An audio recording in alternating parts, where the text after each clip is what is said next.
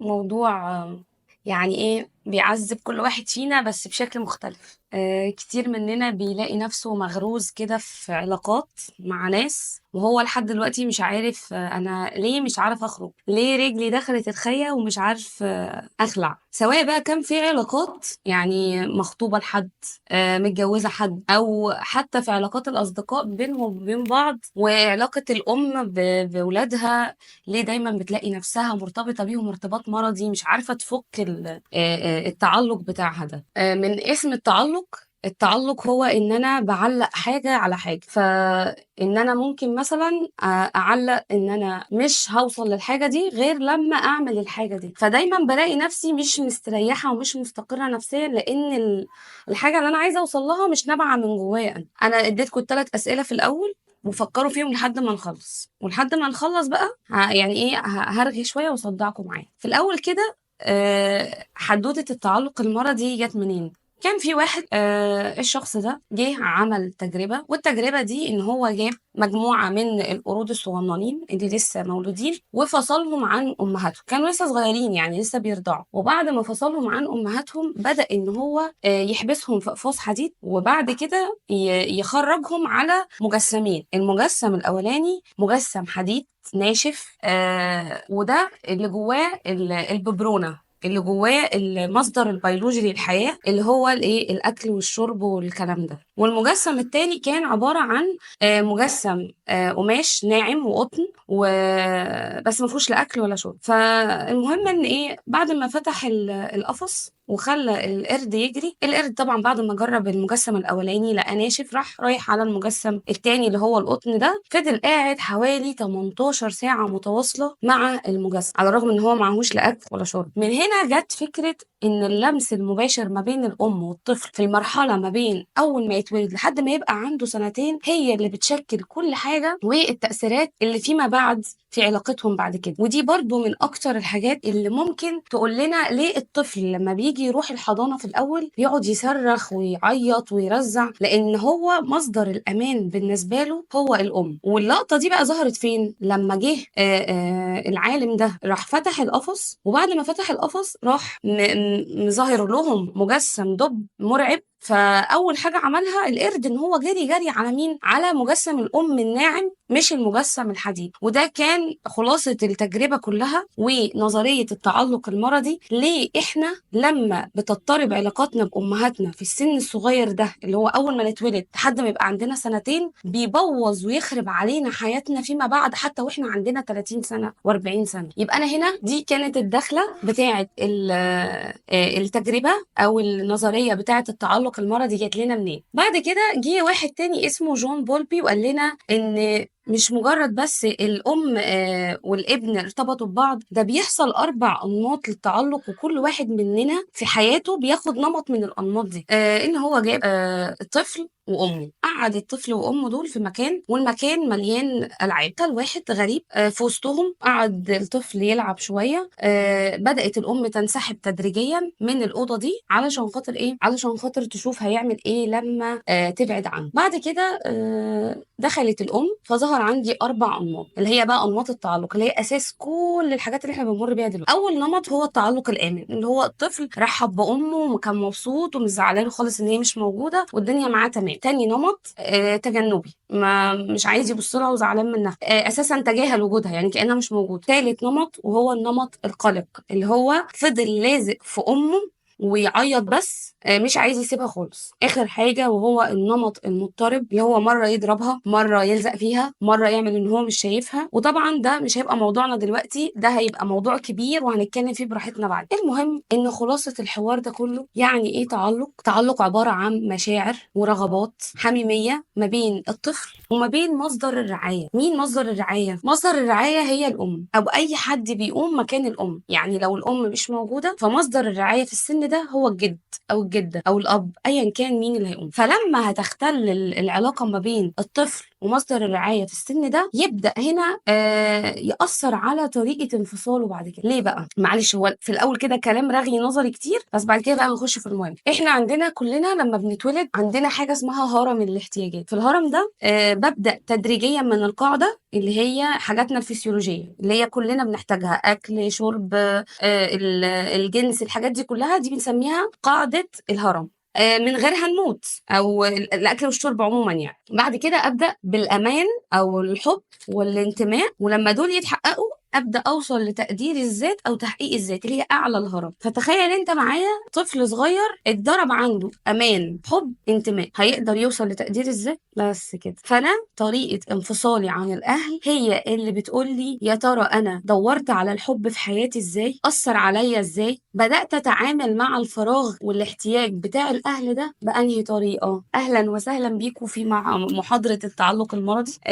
كل واحد بقى ايه يجهز لي سؤال كده حلو، عشان الكلام اللي جاي كلام مهم واظن هيمس كل واحد فينا. يعني كل واحد فينا جواه كلاكيع مش عارف يعبر عنها ازاي. لكم في اول المحاضره التعلق انا بعلق حاجه على حاجه، فتلاقي نفسك معلقه نفسك وحياتك كلها على شخص بعينه، ولما الشخص ده فجأة تحس ان هو ما بقاش موجود، فحياتنا تبدأ تضطرب، حياتنا نحس ان خلاص روحنا هتطلع من غيره، ونبدأ بقى في حوارات لا انا جالي اكتئاب، انا مش عارفة اعيش من غيره. تعالوا نرجع بالزمن شوية كده ونشوف أنماط أو أشكال لأسر كان فيها التعلق ده مضطرب من الصغر، من واحنا أطفال، والشكل التعلق هو اللي خلاني اوصل للي انا فيه دلوقتي. لو انا جيت مثلا بصيت على الاعتمادية، يعني مثلا ايه، احنا متربيين على معتقدات ان الراجل بيقوم بوظائف معينة والست بتقوم بوظائف معينة. الراجل بيقوم بوظائف زي ايه مثلا؟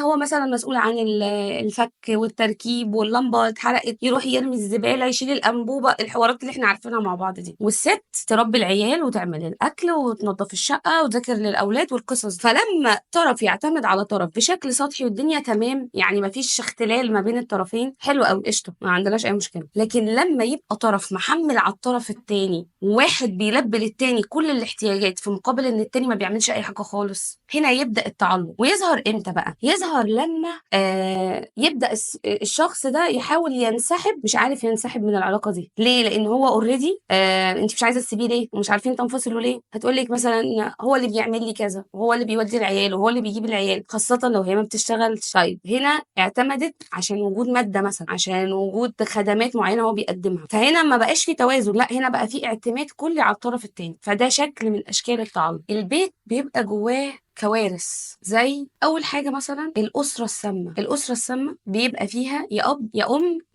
من الشخصيات السامه، اللي هو احتياجاته ورغباته قبل ولاده. فلما احتياجاته ورغباته بتبقى قبل ولاده مش مشكله، الطفل خلاص اتعود من صغره ان هو ما بي يعني ما بيتسمع، محدش بياخد باله منه اصلا ان هو موجود في البيت. وممكن ياخد نمط تاني اللي هو انا ممكن انجح وممكن اتفوق عشان افضل احصل على الاهتمام ده. ممكن ارضى باي حد بس بمجرد ان انا اتشاف. المهم ان الطفل لما هيلاقي نفسه ابوه وامه قبل منه هيلاقي ان الموضوع معاه دخل في سكه هو مش فاهمها. يعني احيانا مثلا تجيني واحده تقول لي ايه، انا مش عارفه انا ليه متعلقه بزميلتي دي، وعلى الرغم ان هي مثلا متحكمه فيا، على الرغم ان انا مش مرتاحه معاها، تلاقيني بصاحب ناس مش شبهي مش زيي، عشان خاطر هي من زمان احتياجاتها ما كانتش واضحه بالنسبه لها. لما كانت بتيجي تعبر عن نفسها ما كانتش بتتسمع، ما كانتش احتياجاتها ليها اهميه قوي بالنسبه لابوها وامها. دي اول حاجه. في بقى نمط مشهور جدا جدا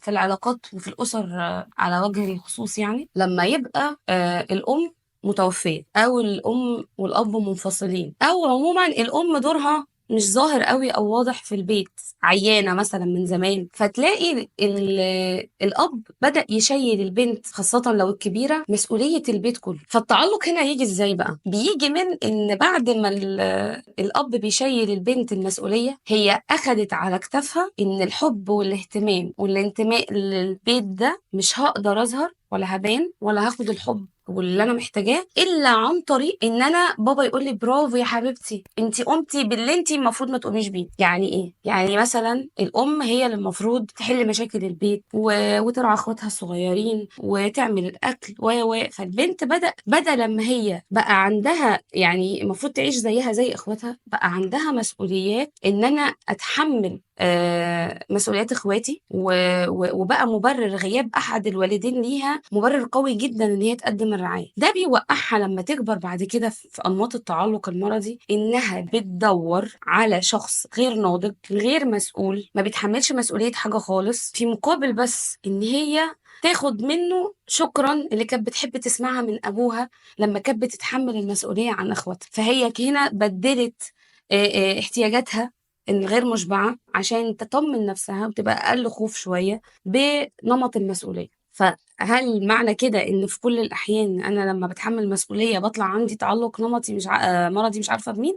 لا، أنا بتكلم على اللي أهملت احتياجاتها وشافت إن لما أتحمل المسؤولية وأقول حاضر ونعم وأبقى مرغوبة ومحبوبة في عين بابا، فده يخلي بعد كده الشخص اللي أنا ارتبط بيه وأتعلق بيه يقول لي برافو أنتِ كويسة. ده ما بيحصلش أصلًا، وهنعرف ليه دلوقتي إحنا ليه بندوّر على الشخص اللي يقطع قلبنا، ولمّا يجينا شخص مناسب تمامًا لينا، إحنا ممكن نسيبه أصلًا ونحس إن هو الكيميا بتاعته مش زي بتاعتنا ونريّح دماغنا منه، علشان خاطر إحنا بيطاردنا شبح الطفولة.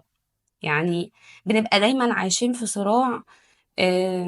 أنا زمان فشلت إن أنا أصلّح مثلًا ما بين أبويا وأمي، فأبدأ أدوّر على واحد مُتعب وهيطلّع عيني، على أمل إن أنا يبقى عندي فرصة تانية ومحاولة تانية إن أنا أصلّح العلاقة اللي كانت بايظة زمان، وأنا دلوقتي بقى عندي option إن أنا أصلّحها. فاللي بيحصل حاجة من الاتنين، لو هو ربنا هاديه والحمد لله الدنيا تمام، فهي ممكن تنجح في حاجة زي دي، أو اللي دايمًا بيقابلنا بقى، اللي هي تقول لِك أنا اديت له صوابع ال10 شمع، أنا عملت كل حاجة عشان خاطر أرضيه. أنا أعرف ناس بتشتري له لبسه، بتكتب له حاجة من أملاكها باسمه، بتشارك معاه في عربيته، ممكن تدفع له فلوس البنزين بتاع عربيته لمجرد بس تحس إنها مرغوبة في عينيه. فالفكرة هنا جات منين؟ من إن هي بتحاول تعيد نفس سيناريو البيت بس بشكل مرضي بقى، بشكل هي متعلق جوه دماغها، وبعد كده على امل ان هي تصلحه فبتتفاجئ ان هي ما بتصلحوش. بالعكس، ده هي كمان بتلاقي نفسها دخلت في دوامه امراض نفسيه هي كانت في غنى عنها، لان هي هتتصدم بقى. ما هي رفعت سقف توقعاتها في الشخص اللي قدامها ولقت ان اللي هي رسماه في دماغها ما اتحققش. طب هتعمل ايه؟ هتصلح ده ازاي؟ ما هو ده فشل معاها زمان وهيفشل معاها كمان دلوقتي. يبقى ده نمط من ضمن انماط الاسر اللي بتحمل ولادها مسؤوليه. عندي كمان نمط من ضمن انماط الاسر اللي هي بتلاقي الاب والام في بينهم مشاحنات، في بينهم مشاكل كبيره، ما فيش بينهم حب مثلا، في جفاء كده في المعامله وفي المشاعر. فتلاقي البنت بقى هنا حملت نفسها بقى مسؤوليه ايه؟ كاتم السر بتاع الام. حمامه السلام هي اللي داخله تصلح العلاقه ما بين ابوها وما بين امها وعماله تهدي الدنيا ما بينهم هما الاثنين، وفي وسط الدوامه تلاقي نفسها اتهرست ما بين ده وما بين ده وهي مش عارفه انا ايه اللي دخلني ما بينهم. يعني هي تلاقي نفسها طول العمر مسؤوله عن ان هي تحل مشاكل ما بين ابوها وما بين امها لمجرد بس ان هي تحس بالامان والطمانينه. هتلاقي ده في نمط علاقات مثلا زي علاقه هي مش مرتاحه فيها ومتضايقه ومخنوقه، حاسه ان هي بتقدم كل حاجه، بتعمل معاه كل حاجه وفي الاخر مش مرتاحه، ما فيش اي كيمياء ما بينهم اصلا. يعني بدايه من التنازلات لحد ما هي خلاص جابت اخرها، فبتوصل ليه ممكن يجي لها اضطراب يا ايه يا يجي لها حاجه تانية، تنتحر بقى ونخرج. ليه بقى؟ علشان خاطر هي هنا هي اتنازلت في مقابل ان هي هتصلح، فما صلحتش فالصدم. هي رفعت توقعات والصدم المقابل كان كبير قوي للي هي حاساه واللي هي كانت محتاجاه. عندي حاجات كتيره قوي ممكن تسبب تعلق مرضي، ودي اخدناها في نمط الاسر السامه زي تقديم الرعايه. لما البنت بتفقد مثلا التقدير والاهتمام من الاسره بتبقى طعم سهل لاي حد يقول لها كلمه كويسه. يعني دايما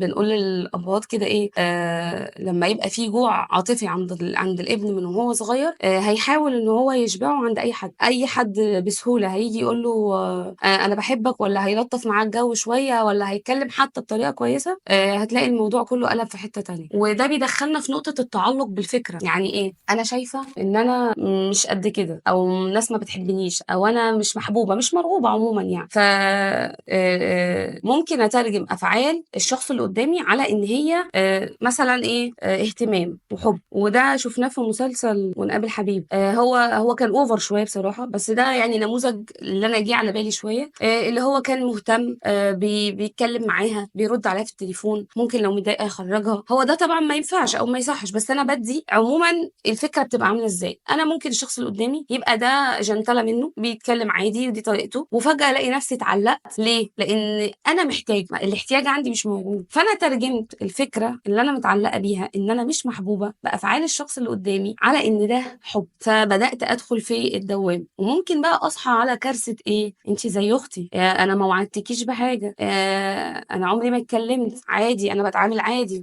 وده دايما اللي بيتسمع، انا بتعامل عادي، انت زي اخويا، انت زي اختي. في بقى اللي بيزود البله طين، الاعلام دايما بيظهر لنا ان اللي بيحب ده لازم يضحي، وتضحيه مبالغ فيها، والحب ده ضعف، وتوقعات بقى وتضخيمات لصوره الحب عامله ازاي، تخلي البنات دايما طول الوقت عايزه تعيش حاله الحب اكتر ما هي فاهمه يعني ايه حب. وده هيدخلنا في نقطه مهمه جدا بعد كل الاشكال والحاجات اللي احنا شفناها دي، وهي يا ترى ايه الفرق بين الحب والتعلق؟ ايه اللي يقول لي انا بحب او ده اسمه حب؟ وايه اللي يعرفني اذا كنت انا متعلقه بشخص ولا مش متعلقه بيه؟ عشان بس نبقى مرتاحين كده، حاله الشقلبه اللي بتحصل في اليوم ووقتي اللي بيضيع ومجهودي اللي بيتدمر ده تعلق. الحب ما بيزودش عليا، لا، الحب بيخليني في حاله سكون، في حاله هدوء. طول ما انا بحب فانا عارفه ان انا هقدر احقق اهدافي، هعرف احسن من حياتي. يعني الحب دايما يقولك ايه، دافع على تحسين جوده حياتي. لكن التعلق بيعطلني، انا عشان متعلقه بيه مرنش عليا ليه؟ قصده ايه بالرساله دي؟ ال 10 ساعه اللي احنا بنقعد نرغي فيهم في التليفون وحاله الغرام وفضل شاكر، وبعدين تامر عاشور بقى بيجي ينكد عليهم لما العلاقه تبوظ خالص. ماشي، ده كله اسمه تعلق مرضي. يبقى الحب ده سكن لتسكنوا اليها، ده سكن مش هيحسسني باي اضطرابات. هو شايف مصلحته وانا شايفه مصلحتي، واحنا الاتنين بنعرف نساعد بعض ونزق بعض على ان كل واحد فينا يستمر وياخد خطوه. انما انا معطله اهدافي، موقفه حياتي، وقاعده مستنيه يرد عليا ولا لا، ويعمل لي صمت عقابي ويقفل التليفون وما يردش، واقعد اعيط واندب واشوفه انا عملت ايه، ولا وقعت بكلام بلساني في الكلام، يمكن زعلته، يمكن مش عارفه ايه. التعلق بيزود اضطراب ممكن يبقى عندي. يعني انا ممكن ابقى عندي قلق او مريضه قلق وانا ما اعرفش ان انا مريضه قلق، هو بيزود عليا الاضطراب. او ممكن اصلا يجيب لي اكتئاب، ممكن يزود عليا القلق وانا ما اعرفش اصلا ده جه منين. يبقى انا التعلق بيشقلب كياني، بيخليني مستنزفه، بيخلي طاقتي مهدره على الفاضي، وانا مش فاهمه هو الوقت والمجهود ده راح فين. فاحنا علشان خاطر نفرق بين الحب والتعلق لازم نشوف احنا وضعنا ايه في العلاقه دي. هتلاقي واحده بتخس، مش فاهمه حياتها متشقلبه بسبب ايه، قاعده مستنيه الكلمه اللي هتسمعها الحلوه، هو ومزاجه بقى، النهارده مزاجه تمام حلو الدنيا فل، يسمعها كلمتين هوب حبه، يروح شافت كلمتين الحب ويديها بقى ايه شويه الفتافيت اللي في الاخر، فتلاقي نفسها قاعده حاطه ايديها على خدها، يا ترى بقى هيحن عليا ويكلمني امتى. الحب ما فيهوش الكلام ده. الحب انا واثقه ان انا في علاقه فيها امان، فيها احترام، ان انا مش هيتغدر بيا في اي لحظه. لا، التعلق بيبقى فيه ملل، بيبقى فيه فراغ، انا باخد شخص اسد بيه شويه الفراغ اللي عندي وازهق منه واروح اتعلق بحاجه. اسمه تعلق ليه؟ عشان انا عماله اعلق نفسي حاجه ورا حاجه، يمكن ده اللي يبقى فيه سعاده، يمكن ده اللي يفرحني، يمكن ده اللي يعمل كذا. اخر حاجه في التعلق هي ان العلاقه بيبقى كلها شد وجذب. ما بما ان انا بقى قاعده مستنيه يكلمني، عندي اضطراب في نومي، عندي اضطراب في اكلي، مش مركزه في مذاكرتي، معطله مشاريعي عشان خاطر هو يحن عليا، اذا العلاقه مش مستقره. فالحب فيه استقرار وفي استمرار وفي تحسين لجودة حياتي وفي سكون، بيخليني دايما حاسة ان انا في امان. غير كده ما اقدرش اقولك ان ده حالة فيها حب، لا، يبقى احنا بنكذب على بعض. الاشخاص دايما بتلجأ للتعلق المرضي علشان خاطر خايفة من الرفض، خايفة من الوحدة، خايفة من الهجر لما ابوها زمان سابها، الهجر لما هي كانت محتاجة تتكلم محدش سمع لها، الرفض لما كانت بتبقى جاية مبسوطة وتدي مامتها هدية فمامتها تاخدها منها بمنتهى الإهمال وترميها. ده كله احنا ممكن نتعامل مع ولادنا بمنطلق ان هياخد مني الكلمه وهو مش حاسس بالمشاعر دي. لا، هم بيبقوا عارفين وحاسين بالمشاعر دي وبيبقوا دافنينها جواهم. فمن ضمن الحاجات اللي ممكن تساعدنا بعد كده على التعافي ان احنا ما نخزنش. لما بنخزن وجعنا جوانا بيصعب علينا عمليه التجاوز، ما بيخليناش اصلا نقدر ناخد خطوه قدام. الموضوع يعني بالنسبه لي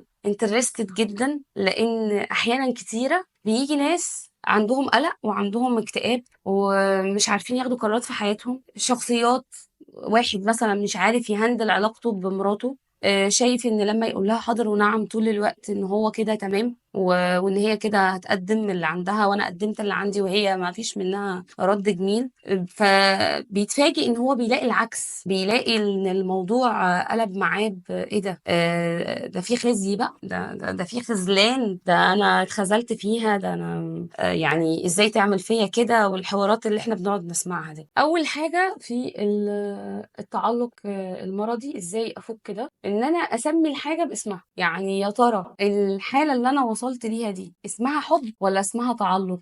إحنا خلاص عرفنا الفرق ما بين الحُب وما بين التعلُّق، أنا بقى اللي أنا فيه متلخبطة والّا مستقرة؟ حياتي تمام والّا قاعدة مستنية الفتافيت؟ يبقى دي أول حاجة. تاني حاجة أعرف حقيقة المعتقدات اللي لازقة فيّا، يعني إيه حقيقة المعتقدات اللي لازقة فيّا؟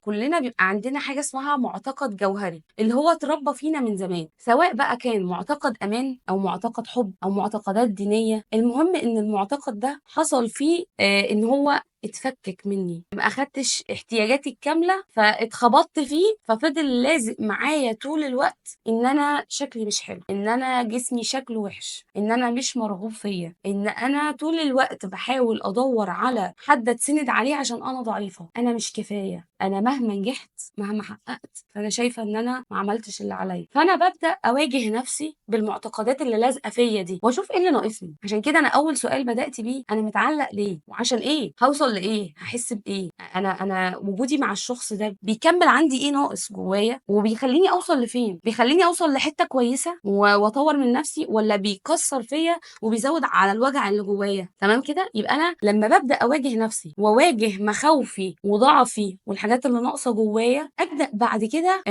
أساعد نفسي في إن أنا أوقّف كل حاجة ممكن تخلّيني أفكّر في الشخص ده، كل حاجة ممكن تخلّيني أبقى على علاقة بيه، يعني مش مجرّد بس إن أنا أعمل بلوك ليه من حياتي، ده أنا هاعمل ليه بلوك وللي يتشدّد له ولقرايبه ولأي حاجة ممكن تجيب سيرته، يعني لمّا تسيبي الباب موارب وتلاقي نفسِك عمّالة تسألي عليه من بعيد لبعيد، عمّالين نحُك عشان خاطر نتدخّل في مشكلة خاصة بيه، ومعلش وآخر مرّة أصل هو بعت لي على الواتساب، أصل أنا ما قدرتش مش عارفة إيه، لأ انسوا يا جماعة القصص دي، القصص دي بيبقى مدخل لإن أنا أعيد نفس الوجع تاني، وإحنا بقى يا سلام بنحب نتوجع أوي يعني.